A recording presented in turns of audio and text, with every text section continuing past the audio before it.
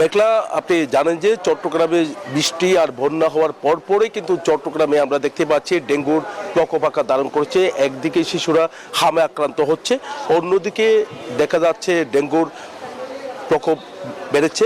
তার কারণে কিন্তু এখানে যারা এসেছেন চট্টগ্রাম মেডিকেলে যারা ভর্তি হয়েছেন তারা বলছেন যে শুরুতে কিন্তু লক্ষণটা দেখা যাচ্ছে জ্বর, কাশি, এর পরে কিন্তু আসলে খুব খারাপ অবস্থা হয়ে যাচ্ছে। তো এই কারণে তারা চট্টগ্রাম মেডিকেলে ভর্তি হয়েছেন, অনেকজন সুস্থ হয়েছেন।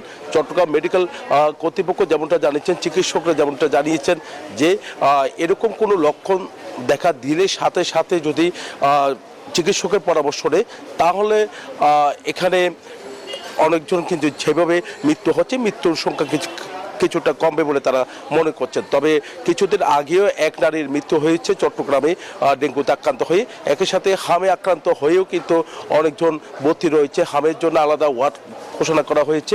একই সাথে ডেঙ্গুর জন্য কিন্তু আমরা দেখতে পাচ্ছি আলাদা ওয়ার্ড করা হয়েছে চট্টগ্রাম মেডিকেলে।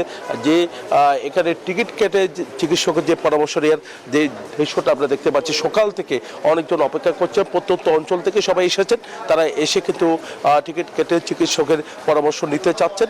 তবে এখানে যদি কোনো লক্ষণ দেখা যায় তাহলে কিন্তু ভর্তি দিচ্ছে চট্টগ্রাম মেডিকেলে। তো এই পর্যন্ত চট্টগ্রাম মেডিকেলে 27 জনের বেশি ভর্তি রয়েছে বলে আমরা জানতে পেরেছি। তবে আলাদা একটা ওয়ার্ড করা হয়েছে ডেঙ্গু চিকিৎসা দেওয়ার জন্য চট্টগ্রাম মেডিকেলে। তো মেডিকেল কর্তৃপক্ষ বলছে শুধু চট্টগ্রাম মেডিকেল নয়, অন্যান্য জায়গায়ও কিন্তু যারা আক্রান্ত হচ্ছে তারাও কিন্তু চট্টগ্রাম মেডিকেলে এসে চিকিৎসা নিচ্ছে বলে আমাদেরকে জানিয়েছেন। এই ছিল আমার এখানকার সর্বশেষ। ফিরে যাচ্ছি স্টুডিওতে মেঘলার কাছে।